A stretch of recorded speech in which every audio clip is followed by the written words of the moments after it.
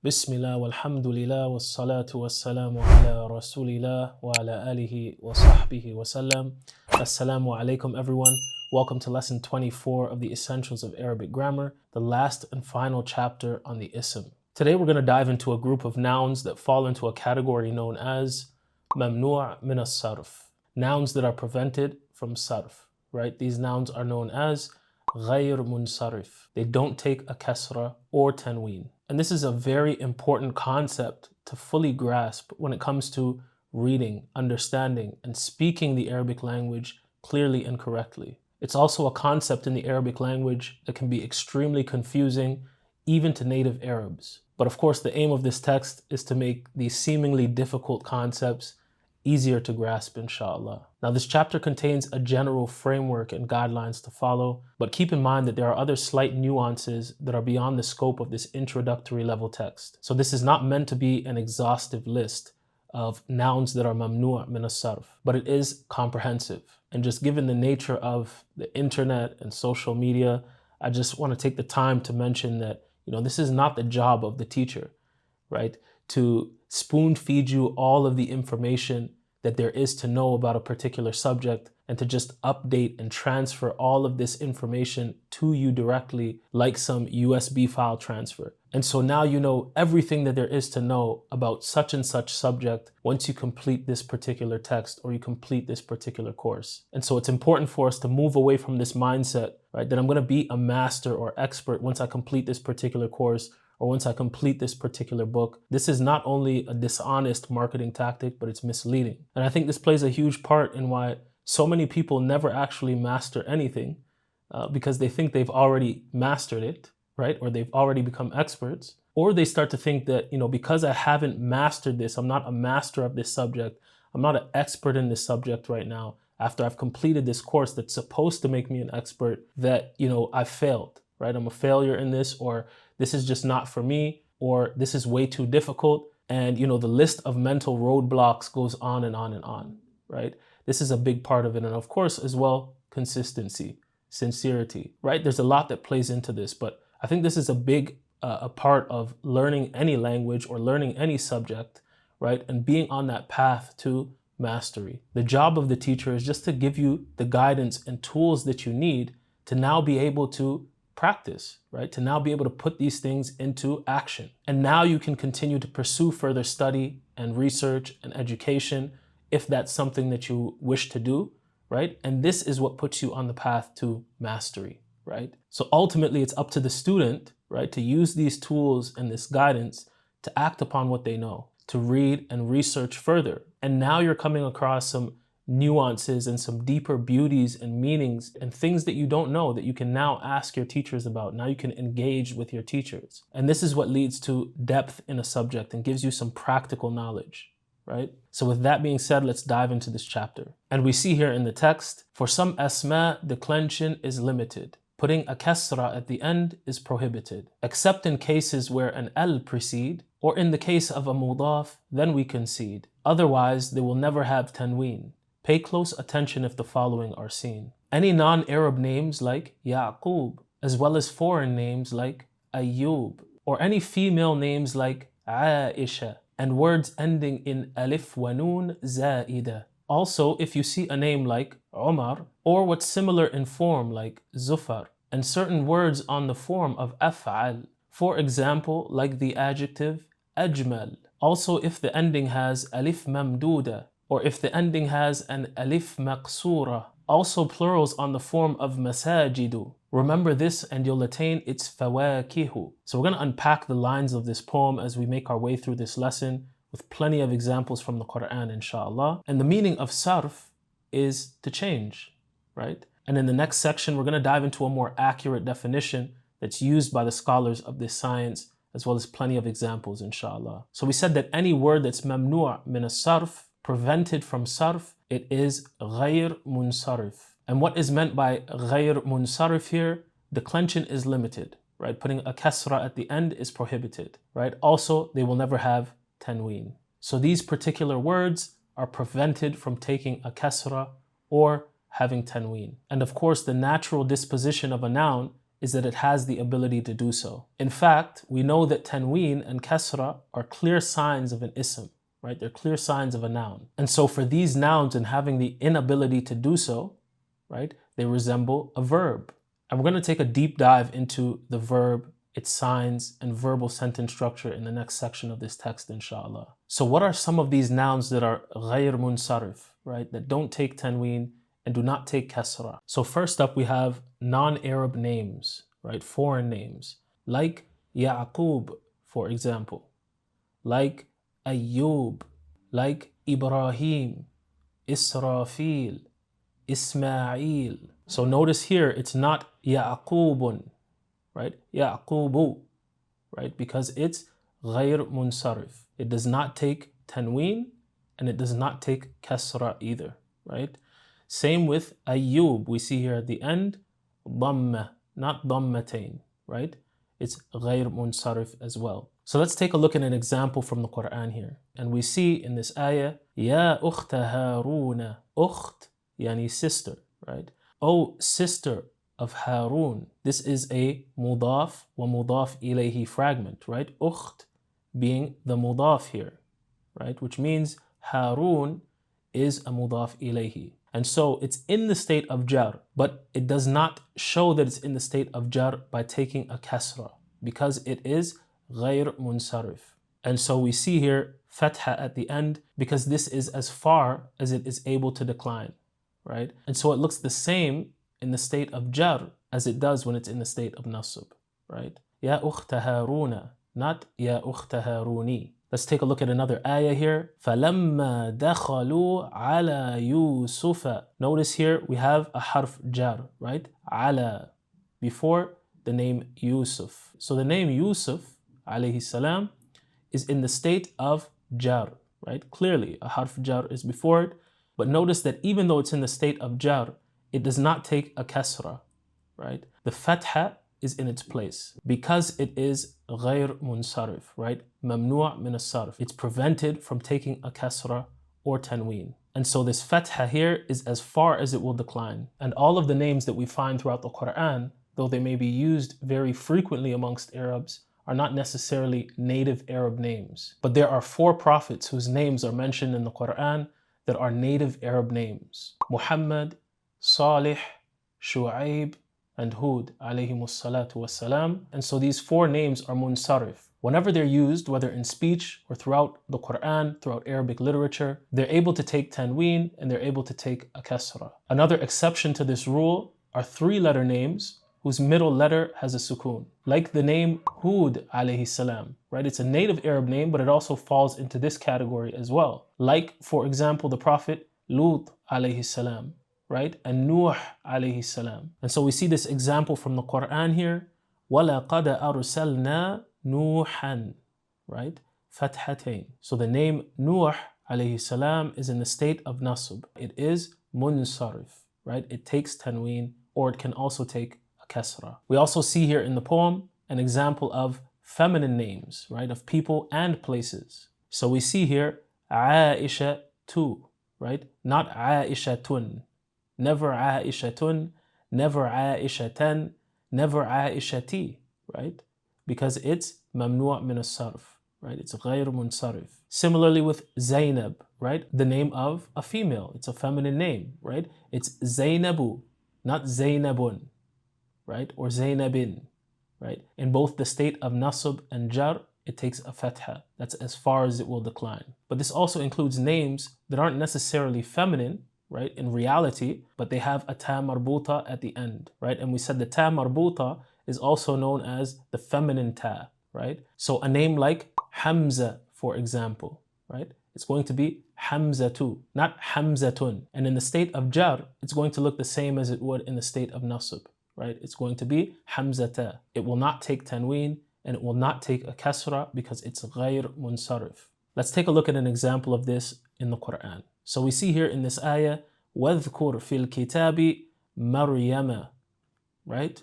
Notice fatha at the end here, not a fathatain, right? Because it's ghayr munsarif. This is the name of a woman, Maryama, in particular Mary alayhi salam, the mother of Isa alayhi salam, Jesus, right? Peace and blessings be upon him. So it's in the state of nasb, but it's not going to take a tanween. Let's take a look at another example of this here. وَهُوَ الَّذِي كَفَّ أَيْدِيَهُمْ عَنْكُمْ وَأَيْدِيَكُمْ عَنْهُمْ بِبَطْنِ مَكَّةَ. بِبَطْنِ here in the midst of, right? Next to, near, right? We see here in this translation, near. This is a mudaf wa mudaf ilayhi fragment, right? So Mecca, which we know is the name of a place, is actually in the state of jar. And notice it has a ta marbuta at the end, right? And so it's Mekkata, not Mekkati or Mekkatin, right? Because it's غير منصرف, right? It's mamnu' min as-sarf, right? For the fact that it is a proper name that is feminine, right? So keep this in mind. Another exception to this rule of feminine names is a similar exception that also applies to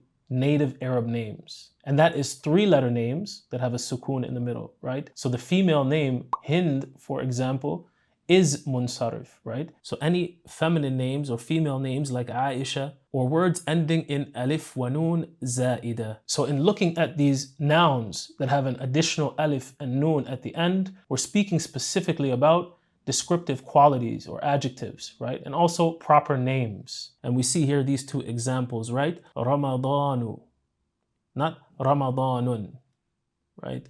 Ghadbanu, not Ghadbanun, right? Ghadban from ghadab, right? Anger. So the root of this word is ghain, dad, ba, right?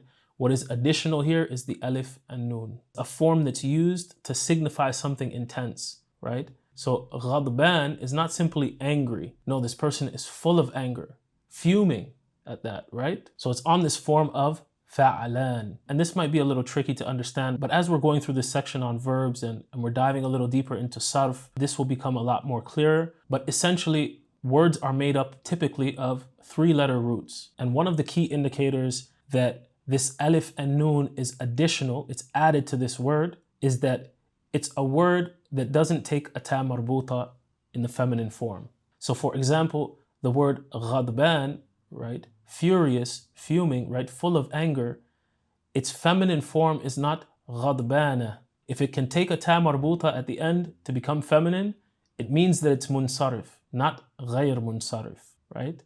The feminine form of ghadban is actually ghadba, not ghadbana, right? And we're going to take a look at an example of this after, right? So this is one of the key indicators. And of course, Ramadan here, the name of the sacred month, right? It's not an adjective here. It's actually the proper name of the sacred month of Ramadan, right? So let's take a look at an example here. We see in this ayah, شهر رمضان الذي أنزل فيه القرآن, right?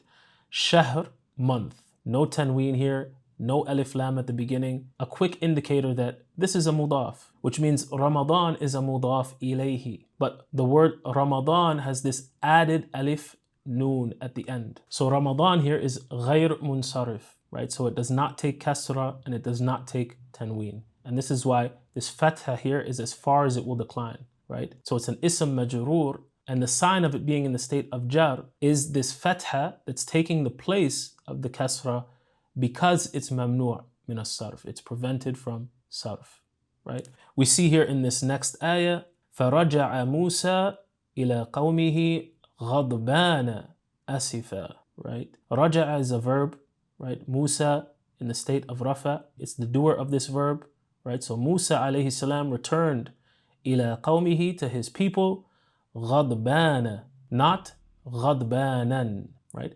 غَضْبَانَ, full of anger. Notice this translation here, right? Furious, غَضْبَان. So the word غَضْبَانَ is actually mansub, right? We see this fatha here, but it doesn't take tanween because it's mamnu' min as-sarf, right? We have this added alif noon at the end here, this form of intensity, right? When this applies to names, right? And we've seen the name of the sacred month Ramadan, but when this applies to the names of people, right? Like Uthman, Marwan, Imran, right? This takes on the same ruling here, right? As this added alif and noon. But with these names, notice that at the beginning, it doesn't matter if it starts with a kasra, a fatha, or a dhamma, right? Another exception to this rule is when noon is actually a part of this word, right? There are some words that they take on this same form. They look like they're adding an extra alif and noon, but actually the noon is a part of that word. For example, the word shaitan, right? Shaitan has two different roots. Shaitan here, from shatana, to be distant, far from the path of guidance, to be far from the path of good, from receiving good and doing good, right? To be far from and distant from the rahmah of Allah, the closeness of Allah, etc., right? From the root of this word, shatana, right? Shaitan would be munsarif, right? It would take on a kasra and it would be able to take on tanween as well. But there's another root that the word shaitan may also come from, right? And that is shata. Shata. Notice there's no noon here, right? It's not a part of this word originally. Shata, meaning to burn with rage. So shaitan here is actually a form of intensity. There's an added alif and noon here because the noon is not actually a part of this word. In this case, it is not going to be munsarif. It will not take on tanween and it will not take on a kasra. So hopefully this slight nuance makes sense. Let me know in the comments, inshallah. So we have two exceptions to this rule, which is how we're able to distinguish if it is going to be ghayr munsarif or not, right? If its feminine form takes on a ta marbuta, then it is able to take on a kasra and tanween. Or if the letter noon is actually a part of the root base form of this word, right? Like we've seen with these two different examples of shatana and shata, right? And in this chapter, I'm sharing with you some nouns that many of you already know, or maybe there might be some new words for you, right, to add to your vocabulary. But these are words that you can memorize or that you've already memorized, that now if you find other words as you're reading, as you're studying, as you're learning, that fall on these forms, right, on these same patterns. For example, like ghadban. Now you can have an idea that this word, if it matches this form, it's likely to be ghayr munsarif. And so similarly here, I mentioned names on the form of Umar, which is a name that is very common, right? That many of us may know, right? Umar, right? Like the companion of the Prophet sallallahu alaihi wasallam. So names on this form, Umar, right? Or what's similar in form like Zufar. Notice that both of these words, right? Both of these names do not have tanween, right? And they do not take kasra because they're ghayr munsarif, right? They're mamnu' min as-sarf. And this rule in particular pertains to nouns, right? Names that are taken from the fa'il. For example, Umar is taken from Amir, right? Zufar is taken from Zafir. And the most common example that we see of this is in a hadith. And this is at the beginning of the hadith on intention. An Amir al-Mu'mineen. An harf jar, right? From or on the authority of, right? Amir in the state of jar. Al-Mu'mineen. Amir al-Mu'mineen, right? Mudaf wa mudaf ilayhi fragment. Abi Hafs, right? And this is something that's called badal, which inshallah, I'll point out some little tidbits here and there as we go through the text and as we're reading, right? We're essentially just substituting Abi Hafs, this additional name that he's known by, for Amir al-Mu'mineen, which is why it's also in the state of jar. Abi Hafs, right? Umara, right? Umar, again, badal for Abi Hafs and Amir al-Mu'mineen. So it's essentially as if we're saying An Umar, right? So Umar is in the state of jar, but it's ghayr munsarif, right? Because it's on this format, right? Umar. It does not take tanween and it does not take kasra. And so we see this fatha here, right? Umara. So this fatha is in the place of the kasra due to it being mamnu' min as-sarf. This is as far as it's going to decline. An Umara. We also see here in the text words that are on the form of af'al. This includes adjectives. This includes colors, right? Like ahmar, for example, red, right? This includes superlatives, saying something is greater than, etc., right? Like akbar. This includes defects as well, right? To be one-eyed, for example, a'war, right? So ajmal here, ajmalu, right? Not ajmalun. Akbaru, not akbarun, right? Nouns on this form are ghayr munsarif, right? They're mamnu' min as-sarf. They do not take tanween and they do not take a kasra, right? And again, in the next section, we're going to dive into this a lot further. Everything is going to tie together perfectly, inshallah, right? But when we see words like jameel, for example, right? Or words like kabir, for example, right? We can take these words and put them on this form in order to change it to a comparative noun. So for example, jamil meaning beautiful, ajmal means more beautiful, right? هذا أجمل من ذلك, right? This is more beautiful than that, for example, right? Kabir, akbar, right? We say Allahu Akbar in the prayer, right? Allah is greater. So let's take a look at an example from the Quran here, right? From Surah Al-Baqarah, we see صِبْغَةَ اللَّهِ وَمَنْ أَحْسَنُ مِنَ اللَّهِ صِبْغَةً, right? وَمَنْ أَحْسَن. So hasan meaning beautiful or good, right? So ahsan, better. وَمَنْ أَحْسَنُ مِنَ اللَّهِ صِبْغَةً. And who is better than Allah in ordaining religion? Notice ahsan here, no tanween, right? It's on that form of af'al, ajmal, akbar, right? It's mamnu' min as-sarf. These are on the form of verbs, right? ضرب يضرب, this is a verb. أعلم يعلم, for example. So whenever we see words on this format of colors, superlatives, these comparative type of nouns, as well as defects, right? Or nouns that are on the form of a verb, right?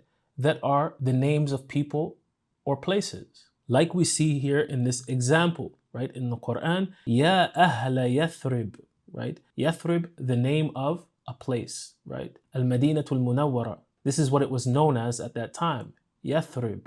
Like Daraba Yadrib. So whenever a noun is on the form of a verb, it is going to be mamnu' min as-sarf, right? Ya Ahla Yathriba. This is a mudaf wa mudaf ilayhi fragment, which means that Yathrib is actually in the state of jar, right? Again, because it's mamnu' min as-sarf, it is not going to take on a kasra, and it is not going to take on a tanween, right? This fatha here is in place of the kasra due to it being mamnu' min as-sarf, right? This is as far as it will decline. Let's take a look at another example of this here in the Quran. وَإِذْ قَالَ عِيسَى بْنُ مَرْيَمَ يَا بَنِي إِسْرَائِيلَ إِنِّي رَسُولُ اللَّهِ إِلَيْكُمْ مُصَدِّقًا لِمَا بَيْنَ يَدَيَّ مِنَ التَّوْرَاةِ وَمُبَشِّرًا بِرَسُولٍ يَأْتِي مِن بَعْدِي اسْمُهُ أَحْمَدُ, right? We know that this is one of the names of the Prophet sallallahu alaihi wasallam from the same root, ha mim dal, right? Hamd,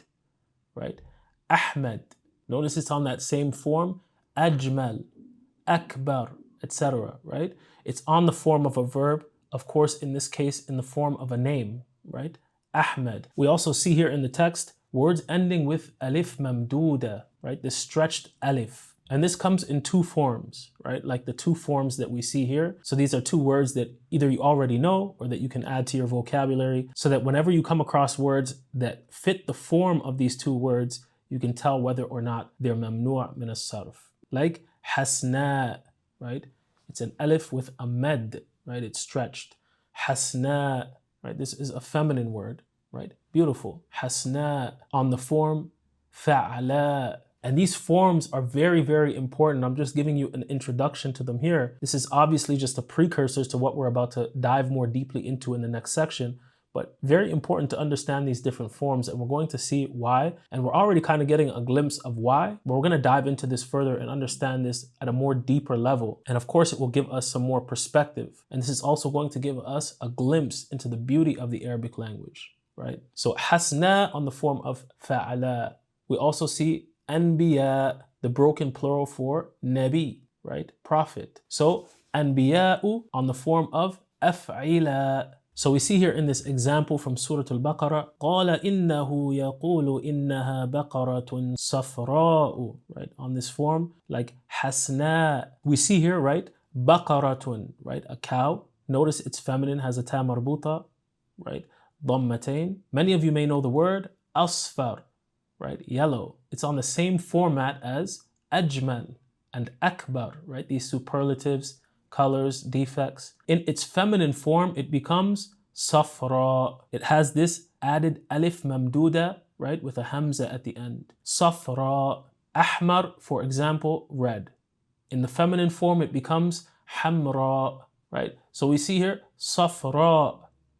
Baqaratun safra, right? This is a sifa wa mawsuf fragment. Safra is describing the cow, right? A yellow cow. This alif mamduda is also an alif that represents feminine words as well, right? So it is matching baqara in all properties, but notice that it doesn't have a dhammatain, right? It only has a dhamma. And this is because it's mamnu' min as-sarf. It does not take tanween and it does not take a kasra, right? And that's because it's on this form, hasna, right? Like fa'ala. Let's take a look at another example of this in the Quran. أسلك يدك في جيبك تخرج بيضاء من غير سوء, right? تخرج بيضاء, right? أبيض, white, in its masculine form. Notice it's on the same form again as أجمل, أكبر, right? So it's غير منصرف. And in its feminine form it becomes بيضاء. Just like asfar, yellow, became safra, right? So notice this alif mamduda here. And of course here, it's an indication that we're dealing with a feminine word as well, right? As we know from the earlier lessons, right? I've provided a list of these words that are treated feminine. Body parts in pairs are treated as feminine grammatically. And so Allah Ta'ala is telling Musa alayhi salam, put your hand in your garment, right? And takhruj, when you remove it, it will be bayda, white, right? Bayda here describing the hand, and hand being feminine grammatically, right? So bayda, not bayda'an, right? Bayda'a, because we have this alif mamduda. So bayda is ghayr munsarif, right? It's mamnu' min as-sarf. Now, of course, I mentioned that there are many different nuances and things of this nature, right? And one of these nuances I'll point out here, and that is sometimes we'll come across words that look like they fit these forms, but they don't, right? They're on completely different forms. And this is why this particular lesson is a precursor to the next section, right? Because this is going to unlock a few doors for us. And we see here in this example from the Quran, in hiya illa asma'un. Now, asma'un, right, has an alif mamduda. It looks like it's on this form of hasna, right? But it's not, okay? Hasna'u is on the form of fa'la'u, right, like I mentioned before, whereas asma is actually on the form of af'al. A very subtle but key difference here, right? And this is why asma actually has a tanween, right? It is not غير munsarif. Here we also see the word sultan, right? Sultan. Notice that it does have kasratain, but it ends in this format that we looked at, right? Marwan, Uthman, right? Ghadban. But the feminine form of sultan is not sulta, it's sultana, right? So it takes a ta marbuta at the end in its feminine form. So this is one of these factors that lets us know that it's not actually on the form of ghadban, right? But we also see here in the poem nouns ending with an alif maqsura, right? Which we know as the ism maqsur. And more specifically, these are nouns that end with alif at-ta'nith al-maqsura, a particular noun that on this form ends with an alif that signifies that it's in the feminine form. So nouns like we see here on the form of dhikra, for example, right? A reminder or remembrance. Dunya, right? Worldly life, or literally the lower, right?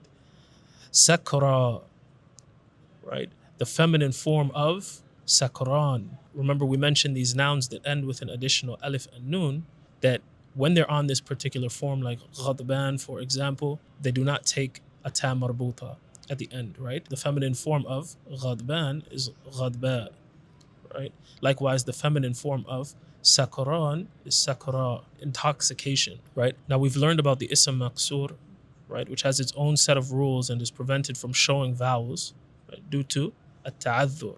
However, the nouns specifically on this form, whether they begin with a fatha or a kasra or a dhamma, right, as we notice with these three examples, dhikra, dunya, sakra, for example, right, they fall into this category of mamnu' min as-sarf. So they will never take tanween, right, like we've seen with some of the asma'ul maqsura, like the word fatan, for example, right? So when they're on this feminine form, right, whether they are definite or indefinite, singular or plural, etc., they are considered mamnu' min as-sarf. And we've covered plenty of examples of the ism maqsur, but let's take a quick look at a simple example here from the Quran. And we see here in this ayah, بعد أعوذ بالله من الشيطان الرجيم بسم الله الرحمن الرحيم إن في ذلك لذكرى لمن كان له قلب. Indeed, in this is most certainly a reminder for anyone who has a heart, right? Notice dhikra here, even though it's indefinite, right? We don't see here a tanween, right? We don't see here a fathatain. And of course, it's never going to take a kasra either way, right? So this particular form of the ism maqsoor falls into the category of mamnu' min as-sarf.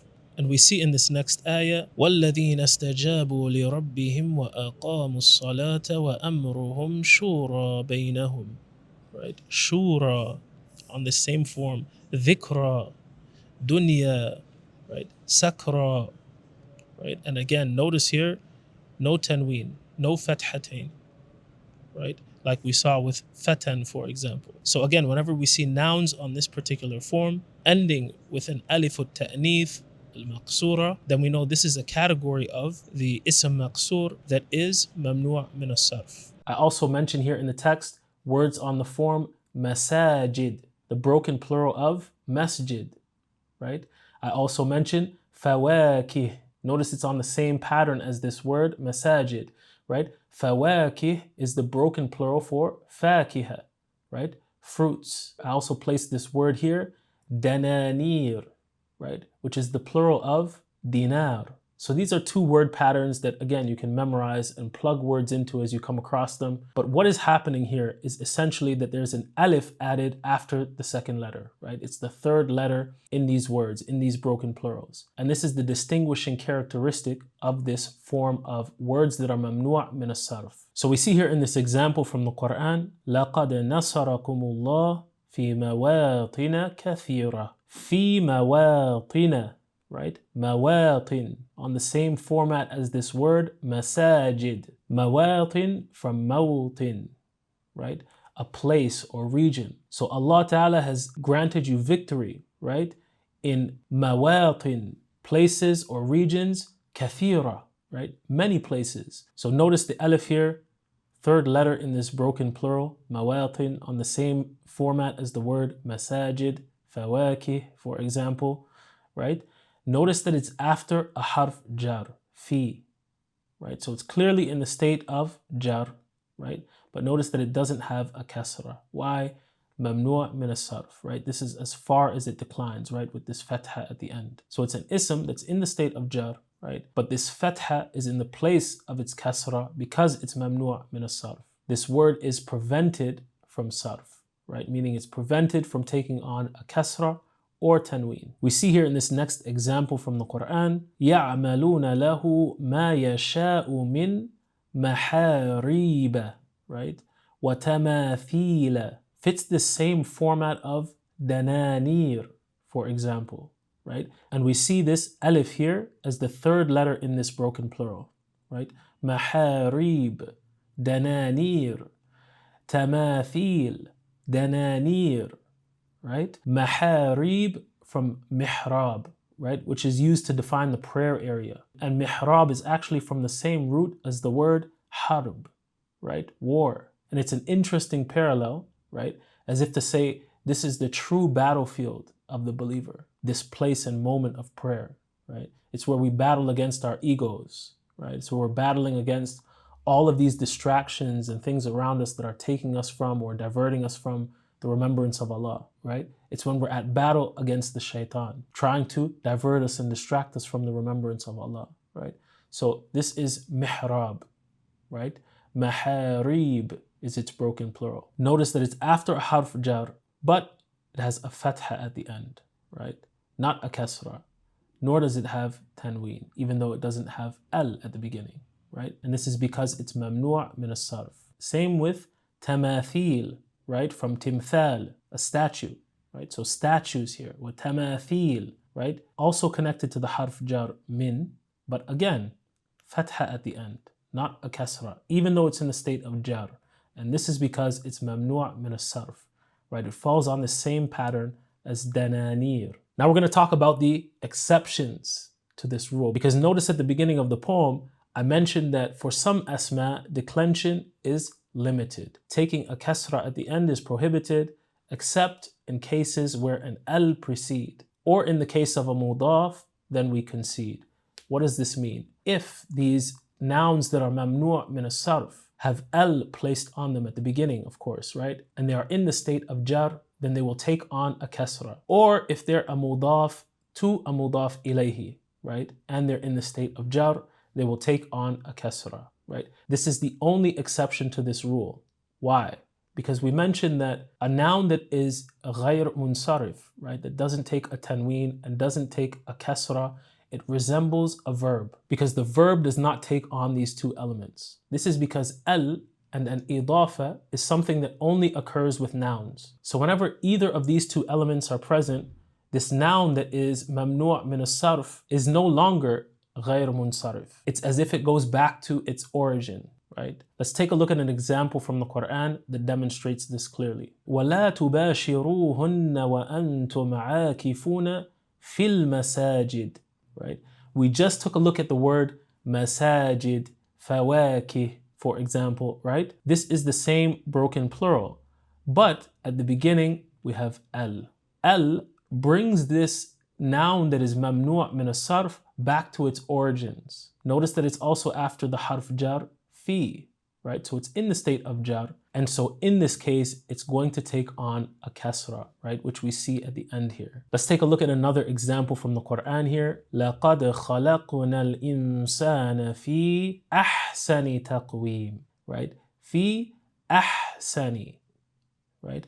أحسن on the form of a verb, right? أجمل, أكبر, etc. Right? So it's in the state of jar, of course, does not have tanween, right? Does not have alif lam at the beginning, right? And the word that follows it is in the state of jar, right? So this is clearly a mudaf here. So whenever this noun that is ghayr munsarif has al at the beginning, if it's in the state of jar, it's going to take on a kasra. Likewise, if it's a mudaf and it's in the state of jar, it's going to take on a kasra. And this is why we see here fi ahsani, right? It's in the state of jar and it shows with this kasra at the end.